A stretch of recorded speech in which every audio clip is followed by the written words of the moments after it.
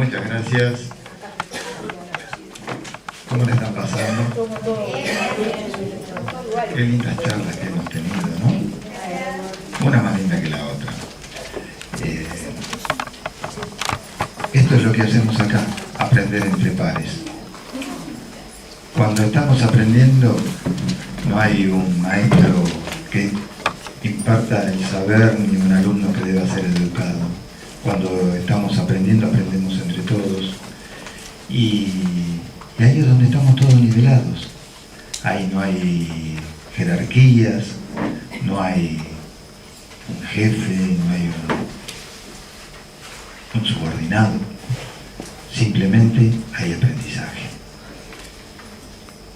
Cada uno da lo mejor que tiene para dar. Y entonces hay personas que se destacan, algunos en el trabajo intelectual, otros en el trabajo manual. Algunos se destacan en el arte, otros se destacan en la técnica.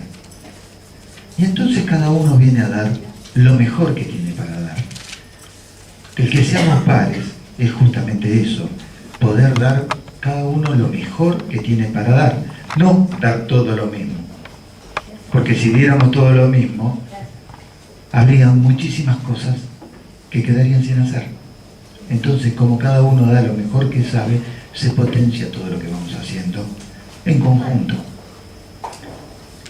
Y el aprendizaje, una de las peores cosas que pueden pasar es la ignorancia. Pero la ignorancia, no simplemente por no haber sido instruido. La peor de las ignorancias es no saberse ignorante. Porque al no conocerse que uno es ignorante, no puede seguir aprendiendo. Hay un dicho que me gusta mucho que dice que cuando se juntan un profesor y un alumno, se juntan dos ignorantes en disciplinas diferentes. Entonces siempre somos ignorantes. Y en Renacer trabajamos con los aspectos que son comunes a todos. Y los aspectos comunes a todos son el sufrimiento, el amor y la ignorancia con la que hemos llegado para seguir viviendo luego de la muerte de un hijo. Todos, cuando murieron nuestros hijos, no sabíamos cómo seguir viviendo.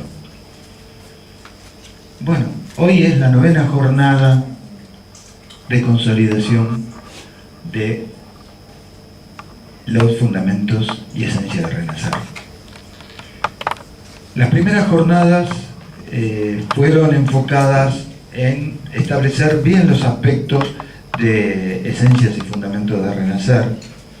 Luego dimos algunos aspectos que tenían que ver con la aplicación de esos conceptos. Luego empezamos a trabajar sobre fortalecer el lenguaje común. Y pasaron 2 años en los que yo no di ninguna charla. La última charla la había dado en Esperanza en el año 2016. En abril del 2016. Y luego 2 años después, cuando en abril de este año, el grupo de Villegas hizo un encuentro, me invitaron a participar. Y luego de 2 años, al dar una charla dije, bueno, las otras eran charlas muy estructuradas, porque teníamos que volcar varios conocimientos que ya estaban establecidos y poder reinterpretarlos, poder transmitirlos y poder hacerlos conocer, porque si bien estaban publicados, había muchos mamás, papás que no los conocían. La idea de estas jornadas es poder hacer llegar todos esos conocimientos y compartirlos entre todos. ¿Por qué? Porque no todo el mundo tiene la capacidad de lectura o le gusta leer, pero hay otros medios de hacerlos llegar todos estos conocimientos, que son el trabajo en el grupo, la lectura compartida, el ver los videos, tanto material que tenemos para compartir y de todo ello sacar un aprendizaje. Entonces, en esta charla que di en Villegas, quise que no fuera una charla estructurada como las anteriores, y simplemente convertirme en un vehículo, como convertirme, si lo quieren, en un simple moderador para poder establecer una charla entre todos y entre todos poder canalizar los conocimientos y aprender el uno del otro. Así que mi primera pregunta que voy a hacer: ¿qué interpretan por estableciendo puentes? Acercarse. Conectarse. Hacer una conexión entre uno y el otro. Saber perdonar. Estar abierto. Traspasar un obstáculo. Hablar el mismo idioma. Destruyendo barreras. Construir puentes. Llegar de una cosa a la otra. Vincularse. Llegar de una cosa a la otra, vincularse, Conectarse. conectarse. Ay, cuántas lindas palabras que están saliendo, cuántas frases. Ser el puente. Hacer, Ser el puente. Ser el puente, hacer más fácil el encuentro de dos personas. Acercarse. hacer más fácil el encuentro de dos personas, acercarse. Unirse, acercarse. Cuántas cosas lindas que están saliendo, ¿no? Encontrarse. Encontrarse. El encuentro. Unirse. Tener mucho amor. Ahí se unieron, muy bien. Unir los puntos y facilitar un camino. Facilitar un camino. Bueno, yo en el mes de marzo originalmente esta charla la habíamos un poco hablado con Mario, con Ricardo Mario González, y creo que él había hecho un escrito hace un par de años atrás que se llamaba Tendiendo Puentes, ¿no? Que era el título original de nuestra charla, de esta charla.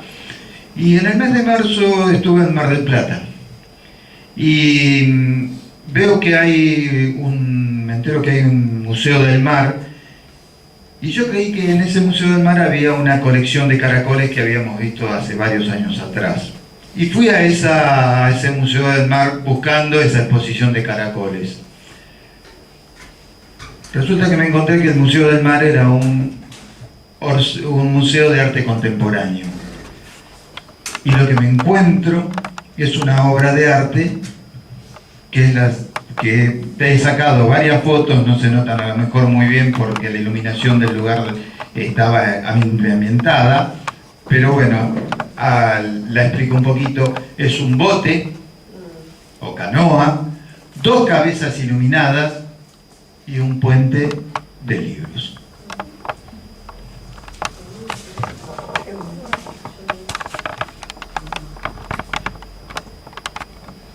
Y se llamaba Estableciendo Puentes. Acá está el autor de la obra, Eugenio Cutica, y aquí se puede observar un poquito mejor, un poquito más clara, porque esto es sacado de una revista la foto, ¿no? ¿Qué les transmite esta escultura? Sabiduría. Conocimiento. Compartiendo, Intercambio. Conocimiento. el aprendizaje que tenemos. Que el conocimiento te lleva a otro lado. Te Transmisión de conecta con el otro. transmisión. Pensamiento. Transmisión, yo iba a decir eso, transmisión de pensamiento. Que la conexión de dos personas puede generar un pensamiento común. Que la comunicación entre los dos hace que los dos se iluminen. También. Qué bueno. Transmitiendo. Bien. Me iluminé. Que el conocimiento nos ilumina. Qué bueno que está eso, ¿eh? La verdad que sí. Y ahora, ¿en qué sentido van los libros? ¿De este lado para este o de este para aquel? Es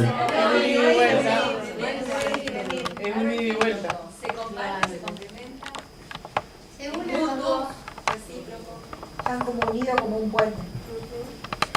Y además van como viajando porque van en una canoa. Y van en una Van en canoa. movimiento. Hacer lo que ahora hicieron ustedes, venir hacia acá. Y después volver a su lugar. Cambiar amor. No, y es un poco también lo que hablabas vos. Y ahí preguntás quién es el que enseña y quién es el que aprende. No sabes. Eso se sabe. Hay un ida y vuelta. Los dos enseñan y aprenden. No hay un lugar La ayuda mutua, ¿no? Que no se sabe quién ayuda a quién, ¿no? Claro, uno aprende del profesor y el profesor del alumno. Qué inteligentes que somos, sobre todo, ¿no?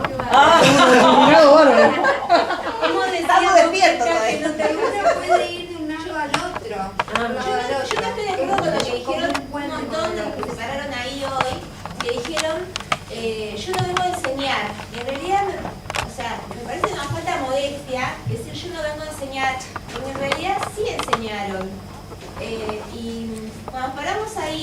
venimos a enseñar? Capaz que no un conocimiento, estamos enseñando nuestro corazón cuando venimos acá.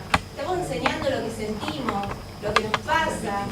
Estamos mostrando, no de enseñar de algo como pedagógico, estamos tipo enseñando. profesor. Todos los que se pararon ahí enfrente dijeron, yo no vengo a enseñar, y todos enseñaron hoy, o sea, es como que uno muestra lo que aprendió, Yo pero a la vez... comparto la palabra enseñanza, lo que nosotros hacemos es transmitir. Mostrar, claro. pero en el sentido de enseñar, de mostrar, ¿viste? Como todos enseñaron Mostrando lo que aprendimos.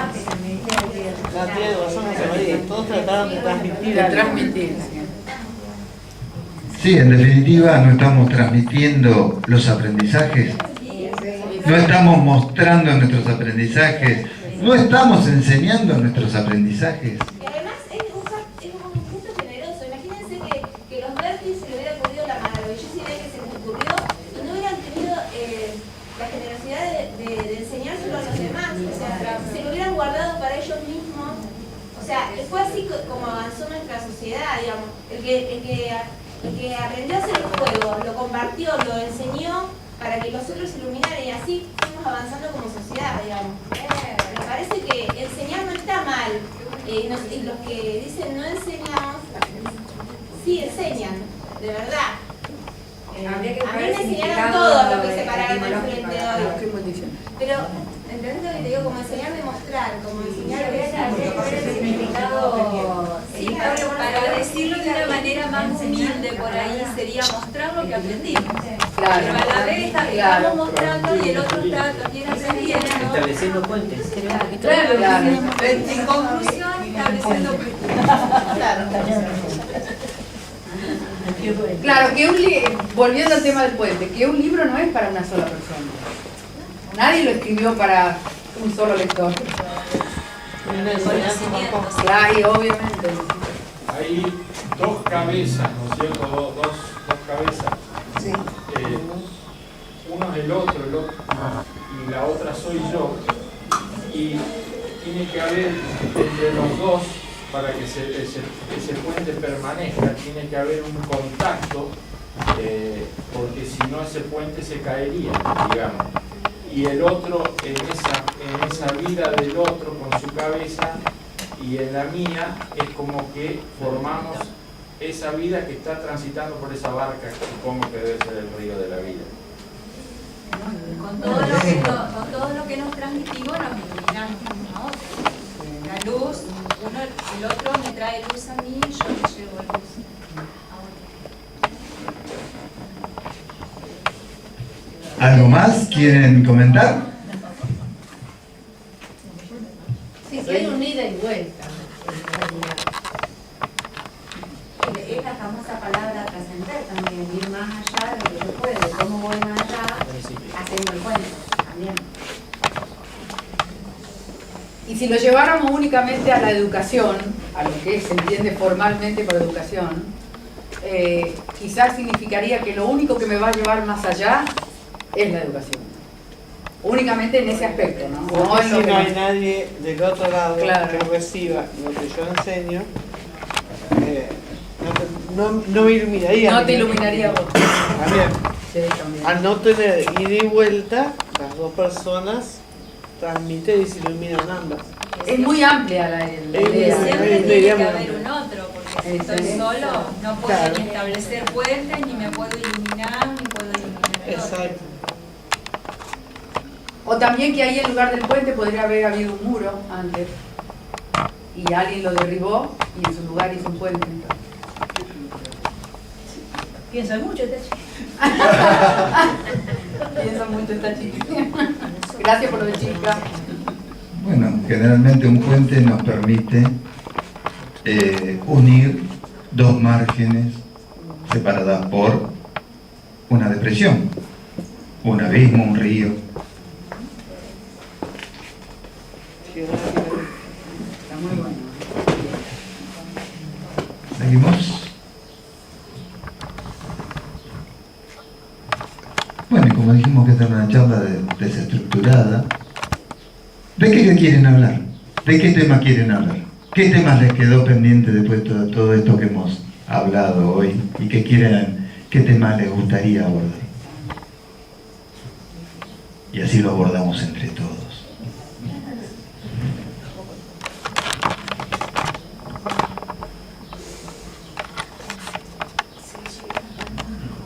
Parece que fueron muy buenas las charlas, así que no quedó nada pendiente.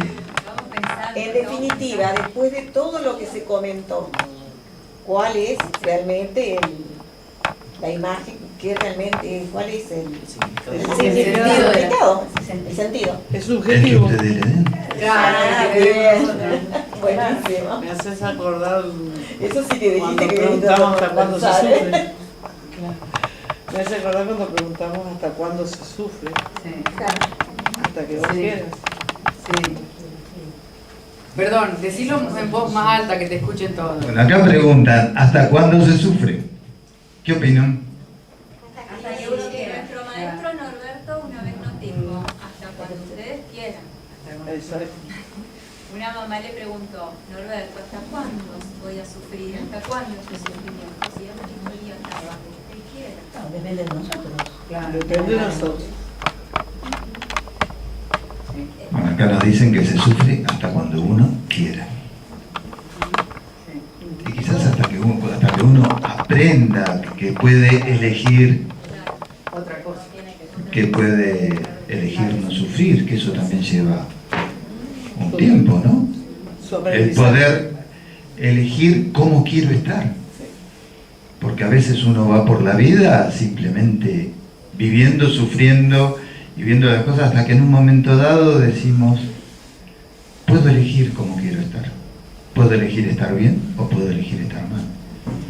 Y entonces, lo que nos dice Víctor Frank, no puedo elegir las cosas que nos pasan en la vida, pero sí qué actitud puedo tomar frente a ellas. Y en ese momento llegará, en algún punto, en ese punto donde podemos elegir qué actitud tomar. ¿Y qué hago para estar bien? Porque si me quedo tirada en una cama y digo quiero estar bien, quiero estar bien, quiero estar bien, nunca lo voy a lograr. Decimos que hay dos caminos, uno fácil y uno difícil. Es más difícil que estar. El camino fácil es sencillo, para estar mal hay que hacer nada.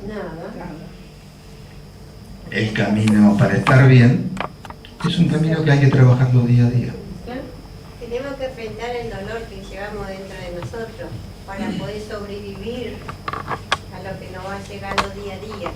Porque no es fácil levantarte todas las 24 horas del día, no tener la ausencia de tu hijo y decir, bueno, tengo que ponerme de pie, tengo que ver lo que está alrededor mío, porque hay gente que depende de una persona, porque no te quieren ver mal. Entonces, lo que yo veo, que uno tiene que tratar de las personas que están alrededor de nosotros, que nos vean, que nosotros podemos salir de donde estamos, porque hay gente que a veces no quieren salir y no quieren ver la realidad que tenemos nosotros. Nosotros no le podemos enseñar a la gente, pero la gente a nosotros no nos entiende. A veces dice, pero mira aquella, ¿cómo está? Siendo que no tiene su hijo.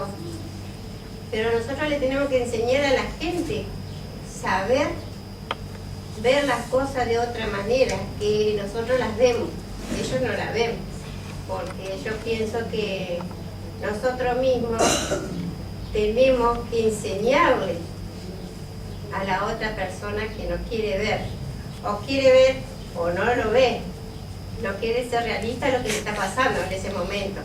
Piensa cuando uno tiene otra persona que le pasó lo mismo, que uno lo habla, que lo consuela, a veces no es tanto las palabras, sino un abrazo y la contención que uno le puede dar, que a nosotros también nos dieron. Yo cuando hay personas que le pasaron lo mismo, trato, yo las hablo, les digo, yo fui del grupo, el grupo me enseñó a aprender, a sobrevivir el dolor, porque el dolor hay que llevarlo día a día. cosa que a veces hay gente que no puede, porque cuando llegan los días especiales y a los demás duele. Bueno, una cosa que vamos aprendiendo también, en general trato de hablar de sufrimiento, no de dolor, porque uno puede dar diferentes significados y muchas veces hasta se confunde hablar de dolor, sufrimiento, entonces simplemente hablo de sufrimiento. Perdón, Juan, perdón, ya que sacaste el tema, ¿vos podés explicarnos bien para renacer en dónde está la diferencia de los dos términos? Bueno, mira, no sé si para renacer, te puedo dar 2 o 3 concepciones de dolor y sufrimiento que tienen que ver con lo que uno vive. Por un lado, si uno busca en internet y busca dolor y sufrimiento, muchas veces se confunden los dos términos y a veces no hay diferencia entre ellos. Entonces yo te voy a dar un punto de vista, no sé si es de renacer, un punto de vista personal, si lo querés, y después cada uno lo tomará si le sirve o no, pero al menos yo lo contextualizo en esto cuando doy las charlas que doy yo, o sea, como diría Foucault, me hago,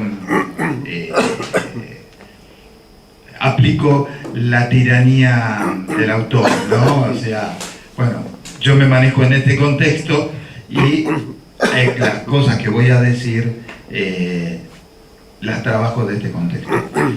Por ejemplo, voy a dar un término, un ejemplo por ahí no demasiado aplicable directamente. Por ejemplo, tengo un dolor de muelas. El dolor de muelas me provoca sufrimiento. Voy al odontólogo, me cura la muela, ya no tengo el dolor, pero el sufrimiento puede continuar, porque cada vez que me acuerdo lo que me pasó en ese dentista estoy sufriendo. Y cuando cada vez que voy y cuento a mi amigo o a una persona todo lo que me pasó en el dentista, y sufro y me largo a llorar sufriendo, entonces yo considero que el dolor genera sufrimiento. El dolor puede desaparecer, pero el sufrimiento soy yo el que lo sigo alimentando. Por otro lado, desde el yoga se habla que el dolor es físico o emocional. El sufrimiento es espiritual. Entonces te he dado estas dos concepciones. Te voy a dar un ejemplo que tiene que ver con mi hija. Acá la mamá se ríe ahí. Mi hija tiene terror a que le saquen sangre. Cada vez que tienen que sacarle sangre, 25 años, la tiene que acompañar o el novio o la mamá, porque se desmaya del solo hecho de pensar que le van a sacar sangre. No hay dolor, pero el sufrimiento que tiene por solo pensar que le van a sacar sangre es atroz. Y para ella, y entonces, ¿hay dolor? No, pero el sufrimiento existe, por el temor. Y ahí eso me lleva a otra cosa. Sufrimiento, dolor, duelo, dolor, duelo. Muchas veces hablamos de la palabra duelo, hablamos del dolor, pero cuando en Tucumán Gustavo dijo, nosotros vamos antes del duelo, porque ¿cuándo se produce un duelo? ¿Un duelo se produce cuando hay alegría? ¿O un duelo se produce cuando sufrimos? O sea, previo al duelo hay un sufrimiento. Ahora, por ejemplo, dijimos que se producen duelos por diferentes causas. Se produce un duelo por la muerte de un papá, la muerte de una mamá, la muerte de un tío, la muerte de un abuelo, pérdida de un trabajo. Ahora caíste justo. Vamos a imaginar una persona que está muy mal en su trabajo, no le gusta su trabajo, va todos los días a dejarnos a su trabajo y pierde su trabajo. Le sacaron un peso de encima. Y sin embargo está sufriendo porque perdió ese trabajo que no le gustaba. ¿Por qué? Luego de perder el trabajo que no le gustaba está sufriendo. Porque en la pérdida de ese trabajo perdió su seguridad. Y cuando pierde seguridad, ¿qué viene? El miedo. Y entonces el sufrimiento está directamente relacionado con el miedo. Cuando perdemos nuestra seguridad de las cosas que nos aferran a la vida, viene el miedo. Cuando mueren nuestros hijos, ¿qué es lo que viene? Miedo. ¿Cómo sigue nuestra vida? ¿Qué hacemos de aquí en más? Los otros hijos. Miedo a perder otro. Miedos y miedos y miedos. Y entonces, ¿qué palabra aparece ahí? Enfrentar. Padres que enfrentan la muerte de hijos. Valiente no es la persona que no tiene miedo. La persona que no tiene miedo es inconsciente. Un niño que mete algo de metal en el enchufe, no es que no tiene miedo, no conoce que puede quedar electrocutado, pasarle o darle una patada ahora que hay disyuntores y demás, y pone un tenedor en el enchufe y es inconsciente. Entonces, valiente es aquella persona que a pesar de tener miedo, enfrenta esos peligros que le dan miedo para seguir adelante. Entonces, cuando hablamos de enfrentar, es enfrentar la vida luego de la muerte de un hijo, enfrentar los miedos, enfrentar las incógnitas que nos plantea la vida. Entonces, fíjense cómo pequeños detalles, pequeñas palabras se van enlazando y están todos contenidos en el nombre de nuestro grupo. Ahora, perdón, ¿no? Vos me dijiste, el dolor puede ser físico o emocional y el sufrimiento es espiritual. Bueno, ¿y cómo sería, por ejemplo, un dolor emocional? ¿Una emoción violenta, fea, mala que yo tenga en un momento? Por ejemplo, digo. Y las emociones, vos te levantás un día muy enojado, y hay cosas que realmente te hacen sentir muy mal, que te dan dolor. Claro, pero yo no sé cómo diferenciarlo del espiritual, digo. No sé si me explico. Es como hablar de una emoción y un sentimiento. Las emociones son pasajeras. Un dolor es pasajero. Para diferenciarlo de un dolor físico, de un dolor emocional. Tenemos dolores emocionales que no tienen que ver directamente con lo físico, pero es pasajero. Un dolor físico, como decía hoy el ejemplo de la muela, es un dolor pasajero. El sufrimiento permanece y para que el sufrimiento desaparezca, tendremos que dejar de alimentarlo. O transformarlo. O transformarlo. Ahí está el tema. Nosotros, el amor por nuestros hijos. ¿Quién ha dejado de amar a sus hijos luego que murieron? En cambio, el sufrimiento lo tenemos que alimentar para que siga permanente. Entonces, en la medida que lo dejamos de alimentar, el sufrimiento va desapareciendo. ¿Cuánto tiempo va a pasar? Eso va a depender de cada uno, del tiempo que lo deje alimentar. Muchas veces, ¿cuántas veces nos pasa? Olvidémonos de la muerte de un hijo. De cualquier situación que nos provoque sufrimiento. Y nos machacamos nosotros mentalmente enfocándonos en esas cosas que nos producen sufrimiento y parece que la mente nos traiciona y nos mete en ese lugar de sufrimiento permanentemente y no podemos dormir porque nos peleamos con un jefe, porque nos peleamos con un cliente, y pequeñas cosas que nos provocan el sufrimiento y nos pone mal, y nosotros lo vamos alimentando. En el momento que dejamos de alimentar eso, desaparece. Por supuesto, no podemos medir eso con la muerte de un hijo, que es un sufrimiento enorme, porque es algo a lo que nunca estuvimos preparados.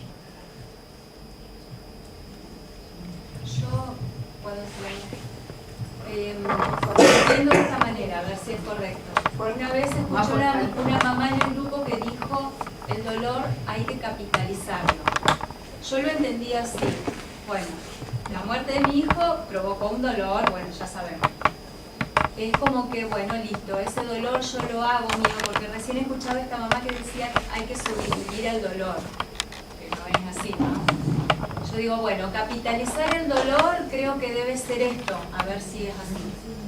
Este dolor que provocó la muerte de mi hijo está, es mío, lo tengo, lo tuve, pero no lo alimento, elegí, bueno, está, me provocó un dolor perderlo, terrible, ya sabemos cuál es. Pero no continúo alimentando ese dolor, o sea, ahí estoy eligiendo no sufrir por ese dolor. Creo que es así, ¿no? Si yo no voy a decir si es correcto o no es correcto, o sea, así lo interpreto yo. Es mi interpretación, cada uno tendrá su propia interpretación y es válida, ¿no? Porque esto en definitiva, si lo querés, es un poco una opinión, o es de los aprendizajes que uno ha sacado de diferentes lugares. Cada uno tomará el concepto que le sirve, y si le sirve como herramienta y lo ayuda, fantástico. Si no le sirve como herramienta, como decimos siempre, ¿no? Tomo las cosas que me sirven, o tomo las cosas que me sirven en este momento. ¿Cuántas veces hablamos nosotros, por ejemplo, de temas como llevar a tu hijo de acá, desde la cabeza al corazón? Y entonces te preguntan, ¿y eso cómo se hace? No es algo que hay una receta. ¿Cuándo me voy a dar cuenta que...? Es simplemente algo que sucede, en un momento uno se da cuenta, pasó, y cuando se da cuenta siente que su hijo está en el corazón, pero eso no es algo que hay un camino, una receta, o una forma de hacerlo, o un tiempo determinado. Simplemente pasó cuando uno dejó de pensar. Dejó de pensar y simplemente se produce. Y en este tipo de cosas creo que pasan justamente por parar la mente y en algún momento se producen. A mí me parece que con lo que decías del miedo, me parece que nosotros somos naturalmente positivos. Y entonces cuando tenemos hijos pensamos que, o sea, en la vida pensamos que siempre van a venir cosas buenas. Cuando tenemos un hijo pensamos todos proyectos buenos de acá al final. Y de repente cuando se me muere un hijo, claro, se nos nunca ese proyecto. Y vos decís, aparece el miedo, que en realidad éramos inconscientes al miedo, porque éramos como niños en la vida, porque en realidad si nos hubiéramos puesto a pensar qué teníamos cuando teníamos un hijo, en realidad desde que nace un hijo hay posibilidad de que se muera, si nos ponemos a pensar objetivamente, sin subjetividades, sin el deseo de que nuestro hijo sea feliz, de que cumpla todos sus proyectos, de que tenga una vida exitosa y todo lo demás que pensamos cuando tenemos un hijo, porque cuando tenemos un hijo es todo bueno, pero en realidad una madre de nuestro grupo nos dijo una vez, en realidad cuando tenemos un hijo tenemos dos posibilidades, pero nunca pensamos lo malo, o sea, pero porque somos inconscientes. No nos va a pasar, porque somos súper positivos cuando tenemos un hijo, pero ese miedo nace cuando tenemos la conciencia de que sí, nos puede pasar, me parece. ¿No? José María. No, es extra contemporáneo, no te quise cortar cuando hablaban de las emociones. Para mí la emoción es la reacción ante el pensamiento que uno tiene o ante el sentimiento que uno tiene en ese momento. O sea, eso es la emoción que explota en nosotros y es lo que tenemos. Solo hay dos emociones y hay un gran derivado de esas dos emociones. Una es el amor y la otra es el temor. Algunos creen que el odio no, es el temor. Todo lo que entre comillas clasificamos como malo para nosotros proviene de esa emoción madre que es el temor. Todo lo que entre comillas clasificamos como bueno proviene del amor. Por eso a mí me pareció muy acertado cuando se le cambió y se le puso padre que enfrenta la muerte de sus hijos. Y ahí sale de nuevo la palabra duelo, que tiene otro significado, aparte de todo lo que dijeron, que es combatir. ¿Se acuerdan de los duelos en el 1800? Con los padrinos. El combate espiritual es combatir a ese dolor, a ese sufrimiento que es mental, y el dolor, como bien dijo usted, es emocional y físico. Solo se puede combatir con amor, porque si no, ese dolor como emoción es una energía que si no la disipo me va a enfermar. Alguno de los cuerpos se va a enfermar, o el físico, o el mental, o el emocional. Es una energía. Como energía solo puedo transformarla. Ustedes saben, la energía no desaparece, hay que transformarla. Bueno, ¿en qué la transformo? En amor. El amor disipa al dolor, así como explicaron en el cuento de la luz disipa la oscuridad. El amor disipa el dolor. Yo sé que es difícil cuando uno apenas llega que te hablen de ir a servir a los otros, de ir a ayudar a los otros. Sé que es muy difícil de explicarlo. Hoy hablábamos en el grupo que hay que tener ciertas tácticas, no es lo mismo a un padre que se le murió un hijo hace 8 días que a otro, ¿no es cierto? Bueno, pero sin embargo, todo nos va a conducir a eso. La solución es disipar el dolor con el amor. Perdón, le hago una pregunta. Usted clasifica, usted lo mencionó al amor como emoción, no como sentimiento. ¿Estoy equivocada? No, mal? puede ser también un sentimiento. O sea, sí. Cuando hablamos de sentimiento o de emoción, estamos hablando de grados. Es como si yo te dijera, tengo una tabla, acá tengo menos 10, que es muy frío, y acá. Pero en realidad estamos hablando de la misma línea, ¿no? Por decirte, una tristeza en ese grado mínimo, si avanza, puede convertirse en una depresión. Simplemente porque cambiamos de grado. Sentir. Y el sufrimiento tiene mucho que ver con lo espiritual. Porque ese golpe, esa implosión de la muerte de un hijo, hace, y acá tengo que hablar de lo que yo creo, pero con todo respeto, hace que se desacomode lo que es mi conciencia o mi alma con mi cuerpo. Se desalineó. No es lo que yo quería. No es yo, un papá, una mamá, ¿cómo voy a querer esto que me pasó? Hasta que vuelvo a alinearme entre esa conciencia que está más allá, que nos trasciende, y con esto que somos, que estamos más acá. Había un maestro que decía, vivan en el mundo y no sean del mundo. Bueno, más o menos por ahí va la cosa. Más o menos por ahí va la cosa. Tiene un gran carisma docente usted. Sí. Sí. ¿Con qué tema seguimos? Pero cuánto que estamos aprendiendo, por Dios. Se van con él,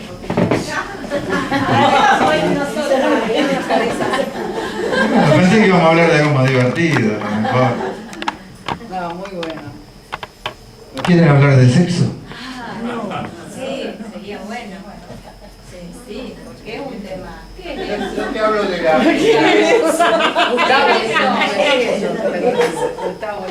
Te hablo de la ayuda mutua y mira qué interesante que es lo que voy a comentar de la ayuda mutua. Bueno, sexo. acá preguntan... ¿Qué tiene que ver con la ayuda mutua?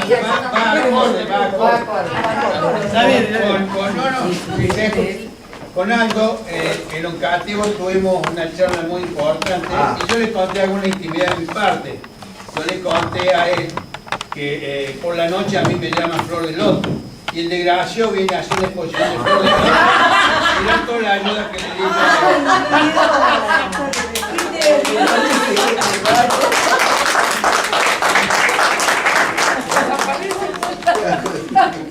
Te van faltando. Después vas a dar la explicación de por qué te hizo el Flor de Loto.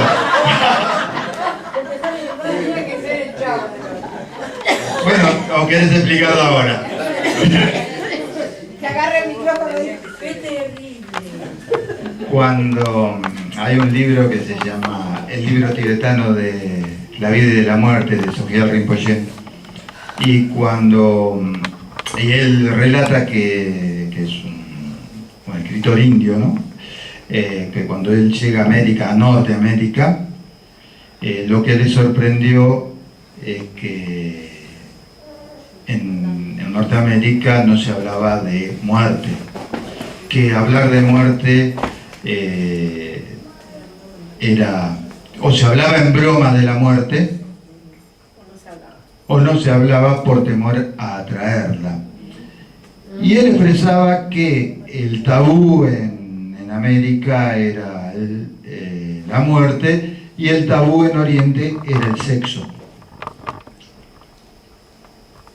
Pero bueno, esa a lo mejor fue una visión desde afuera.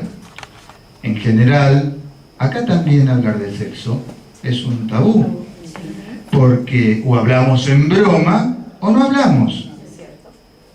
Fundamentalmente los hombres. Las mujeres entre ellas hablan de sexo, pero los hombres hablamos del sexo o en broma, o hablamos de quién tiene el miembro más grande, quién satisface más a una mujer, que cuántas mujeres se tienen. O sea, todo en broma. Y cuando muchas veces hablar en serio del sexo cuesta mucho. En los 14 años que llevo en Renacer, pronto van a ser 14 años, he escuchado a muchas mamás hablar de problemas en no poder volver a tener relaciones sexuales luego de la muerte de un hijo. Pero solo una vez escuché sobre un papá que no quería volver a tener relaciones. Por supuesto, contado por la mamá, no por el papá. ¿No? Y a veces se niega, porque la virilidad tiene que ver mucho con la erección. Muchas veces, ¿cuántos problemas existen que están relacionados directamente con la virilidad? Muchas veces enfermedades, como la diabetes, la hipertensión, y el propio estrés y depresión. ¿Cuánto tiene que ver? Uno de los grupos etarios que más utiliza Viagra son las personas entre 30 y 40 años. ¿Por qué? Porque están en un proceso de estrés laboral, en la escala, en la escala social, trabajando para construir su familia, su futuro. Y hay mucho consumo de Viagra en esos estamentos. Luego en los jóvenes, buscando mayor eficiencia sexual, jóvenes de entre 18 y 30 años buscando mayor rendimiento. Pero luego empiezan los problemas que tienen que ver con la salud. ¿Y cuál es el estrés que provoca la muerte de un hijo? Y entonces, ¿cómo que no pueden haber problemas ahí? Luego de eso, la tristeza enorme que hay luego de la muerte de un hijo. Y que haya padres que quizás no pueden volver a tener relaciones sexuales por un gran tiempo. Y pasa. Pero muchas veces ese tipo de cosas se ocultan. Entonces, tanto para mamá, papá, el sexo lo podemos ver de tres formas. Esto lo dice Víctor Frank. El sexo lo podemos ver como el medio de obtener placer. El sexo lo podemos ver como un medio de reproducción. O el sexo lo podemos ver como la expresión sublime del amor. Cuando vemos el sexo como la expresión sublime del amor, muchas veces a partir de eso se puede superar muchos de los conflictos que pasan luego de la muerte de un hijo. Y establecer los puentes. Y me dicen establecer los puentes y les abro para que hablen ustedes. Acá quiero hablar. No, que cuando nosotros nos pasó lo que nos pasó con Lucas, yo aparte de venir por el perio, que había tenido antes y hacía 2 meses, la tristeza de mí era tan grande y me volví tan egoísta, yo era la madre de todos los dolores y la madre de todos los dolores era chica al lado mío. Entonces lo que yo menos quería era tener nada. Mi marido se iba a dormir al patio, se iba a la calle o no sé, o se iba de viruja, a mí no me importaba. Y así pasó un año entero donde dormimos cola con cola. Cola con cola, sí. Eso se llama el 14. Cuando dije vamos a hacer 14, 7 con 7.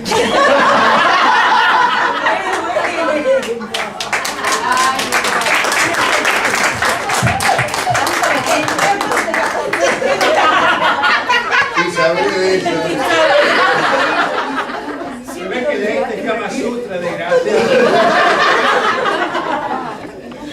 Ahora entiende eso que vos dijiste último, que fue hermoso, que la expresión más sublime del amor cuando uno se reencuentra con el otro y a partir de reencontrarse, de renacer con el otro, digamos, uno vuelve como a funcionar de a poco. Estamos funcionando bien igual ahora, pero... ¡Vamos ahí! Un aplauso para... Las pruebas están a la vista. Traje foto. No, yo escuché, me parece, no sé si era... No, que le estaba diciendo que trajo foto. Hablemos de uno, a ver. Yo creo que también el concepto, o sea, es también, ¿por qué no pensar en el otro a la hora también, como decimos, de pensar en las personas más cercanas?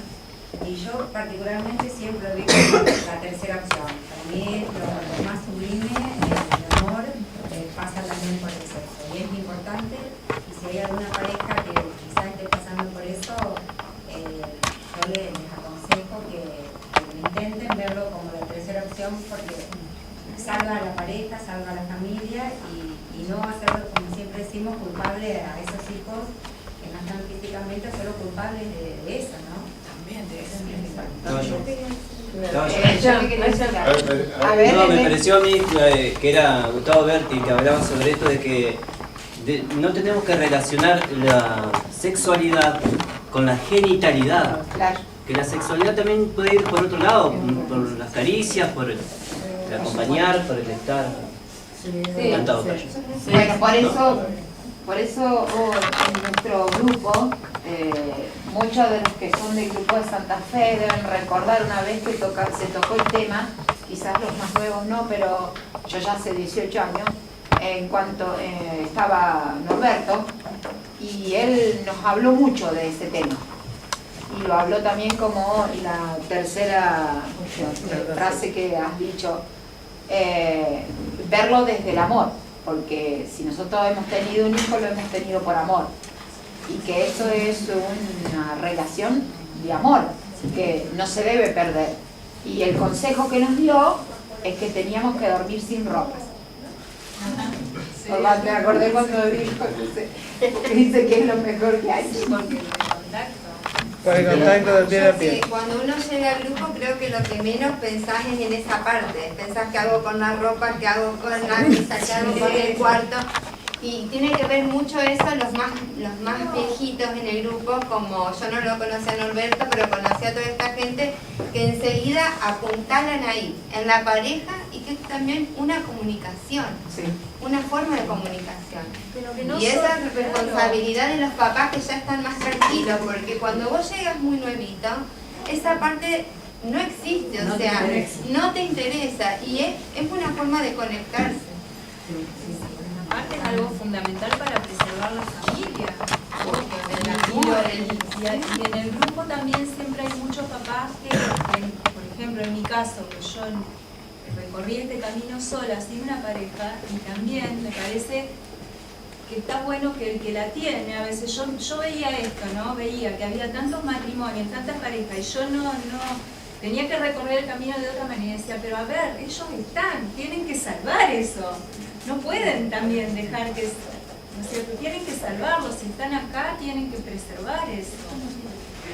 Y creo que es fundamental, o sea, es un tema que, como vos decís, por ahí no se quiere tocar, a los papás, a todos nos cuesta tocar estos temas, más los primeros tiempos. Sí, pero yo escuché, en mi casa cuando llegué yo y después lo escuché con él también, y nos llevamos pocos años, o sea que en el grupo como que de Santa Fe está instalado el tema. Y eso es una gran ventaja para la que cuando es una cuestión cultural. Yo pienso que después de tanto dolor, de tanta tragedia, uno como que se priva de sentir placer porque piensa que está, no sé si deshonrando o cómo va a sentir, se va a permitir sentir placer si está sufriendo por la muerte de un hijo. Incluso alguna que otra vez Aldo propuso de que se toque el tema y yo decía eso, que casualmente nos negamos porque creemos que estamos traicionando a ese sufrimiento, ese dolor, que estamos pensando en los grandes placeres de la vida, obviamente como es el sexo, y otros tantos que serán de menor medida de acuerdo a cada uno, ¿no es cierto? Así que esa es nuestra, nos privamos de sentir eso porque creemos que no nos podemos permitir ante el dolor sentir placer. Yo pienso que es algo que nos condiciona mucho. Si hasta tenés culpa por sonreír, ¿cómo no vas a tener culpa por tener ese placer? Bueno, en nuestro matrimonio pasó todo al revés. Nosotros siempre más fuerte, por favor. todo al revés. Nosotros los 20 días de que había fallecido Tomás estábamos teniendo relaciones sexuales. Y la verdad es que lo disfrutamos y todo. Coincido plenamente con lo que dijo Gustavo, que nosotros como matrimonio vemos la sexualidad como un poco más de verlo de otras maneras. Claro.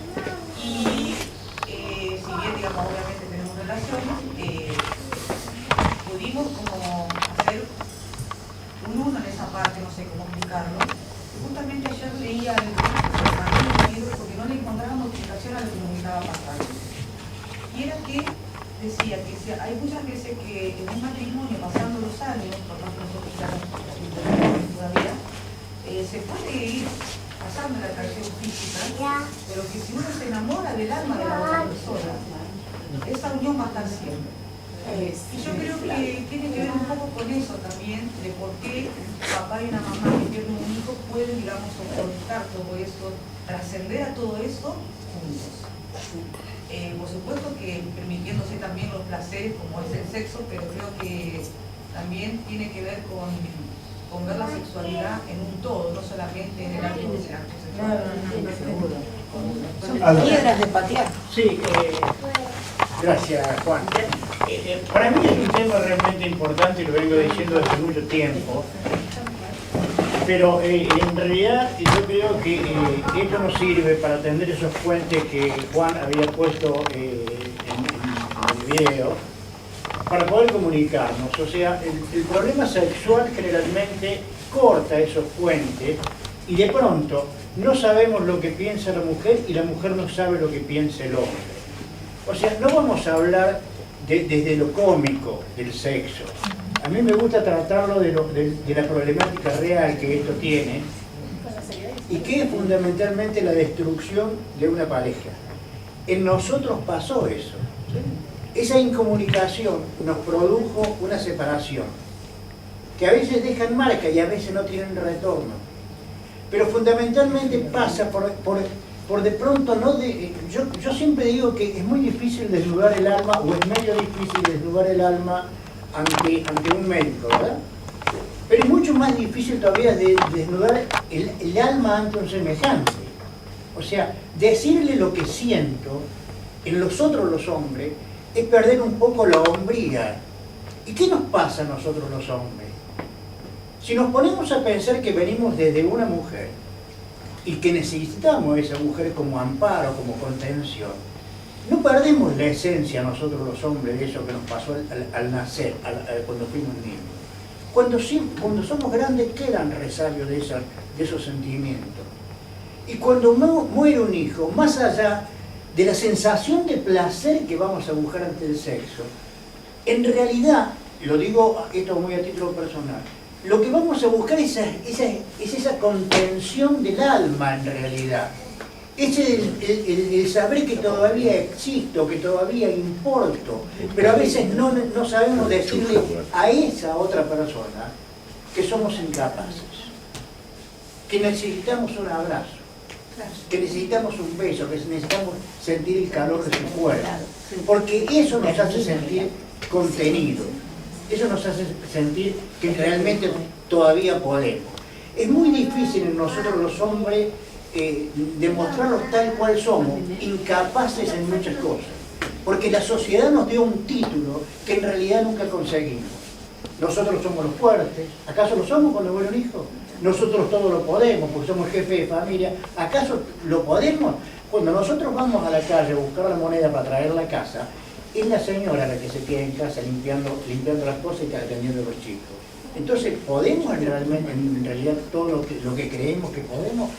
Esa es una formación social que se tiene que romper, esa imagen que los hombres tenemos que todo lo podemos, o que nada nos importa, o que lo único que nos importa es el sexo. No nos importa tanto el sexo.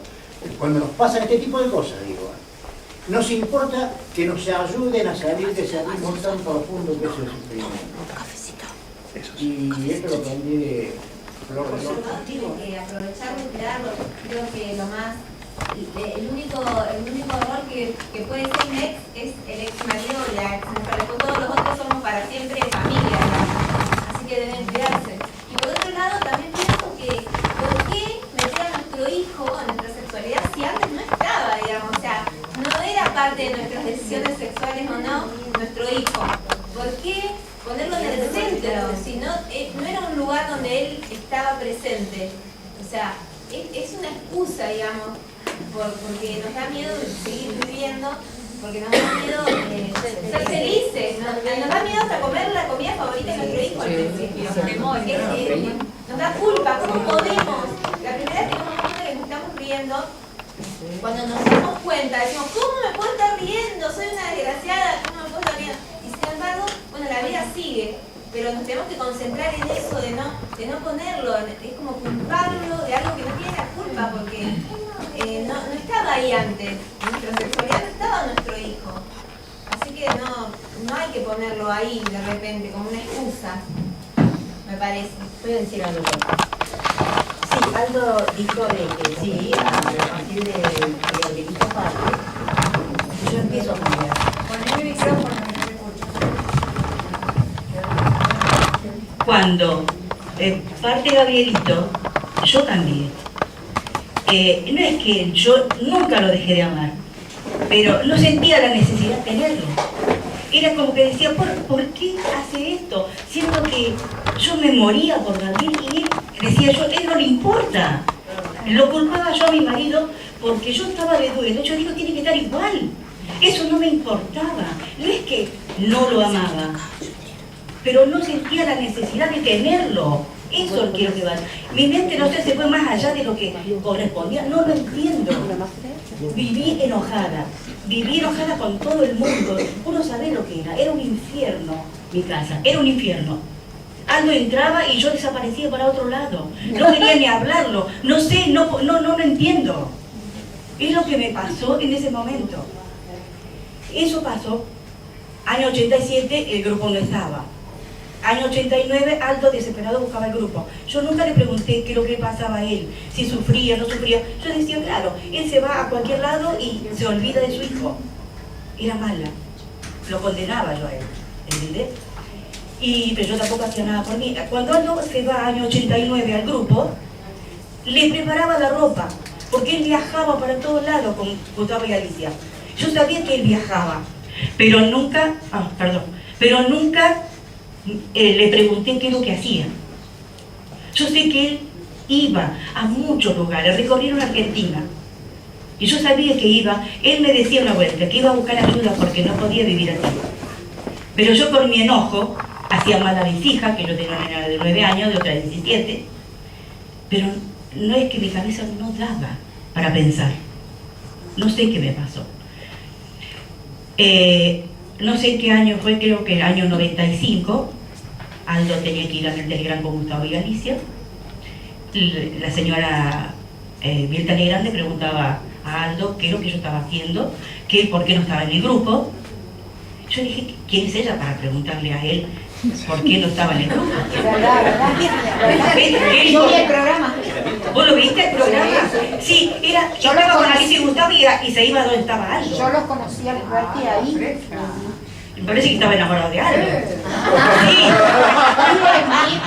No, nunca va a dejar de preguntar ella. Ay, sí, pero estaba ahí y se iba de vuelta. Y Aldo hacía así como una viborita, ¿viste? Y salía. Lo que pasa es que quería saber a la luz la verdad de por qué participaba él y no vos. Claro, pero después sucede. Llegaron 11 personas a casa de Belví y diciendo lo que lo habían visto a él en la televisión. Sí. Porque los Berti estuvieron... Y Aldo le abrió la puerta y para que lo llevaran al grupo. Y Aldo me dijo, ¿querés venir al grupo? Y yo le dije sí. Tenía que ir a Mirta Legrand para que... Pero para demostrarle a esa señora que... Claro, ¿quién es ella para preguntarles? Le entró la celosía. No, mi vida, no era así. ¿Sabes qué es lo que sentí ahí? De tanto eso malo que a mí me pasó estando lejos del grupo, entendí en el abrazo, como dice, bueno, yo no me acuerdo tu nombre, el abrazo, el estar con toda la gente, que yo no era la pobrecita, que no era solamente yo la que sufría. Empezás a ver tantas cosas ahí, dejé de tenerme lástima, dejé de entender a todas, porque no era toda esta gente, eran 100 personas adentro de ese lugar. De todo distinto. Yo escuchaba y me hacía bien. En el primer día ya me sentía bien. Es una maravilla, es un milagro para mí. Sentirme bien después de tantos años de estar encerrada en el odio, en no comprender, en no preguntarle. En el grupo me entiendo, empiezo a comprender tanto, en el taller lloraba. Entonces fuiste como la flor de loto, te encerraste. Me encerré en el barro. Bueno, y Aldo hacía poemas. Y justamente tengo una foto con un poema que le hizo al hijo. ¿Entendés? Pero yo nunca le pregunté qué. Yo dije, nunca sufrió. Era yo la que sufría. Y a ¿Te das cuenta? Y a Mirta le hizo un poema también. A Mirta Es Legrand. lo que no sé. Me queda la pregunta, no me tengo que preguntar, pero me voy a divorciarlo si es así. Así que yo agradezco a Renacer porque me devolvió todo, todo. Es abrir el corazón y escuchar, es lo único que hice. Aprendí de todo, papá, de Renacer, de todo, de todo. De todo fui tomando y todo, gracias a todo ello, estoy con ustedes. Gracias. Y gracias a la voluntad de Aldo que no flaqueó, que siguió, Sí, ya va a ser 50 años que me de no tenerlo compartiendo, sigue insistiendo y sobre Bueno, vamos cerrando ya acá porque quedan más charlas y bueno, simplemente lo voy a terminar con una frase que suelo decir, que para mí Renacer es un gran aprendizaje y cada mamá, cada papá que llega al grupo es mi nuevo maestro. Y bueno, y creo que lo cumplimos el estableciendo puentes. Sí, totalmente. Gracias.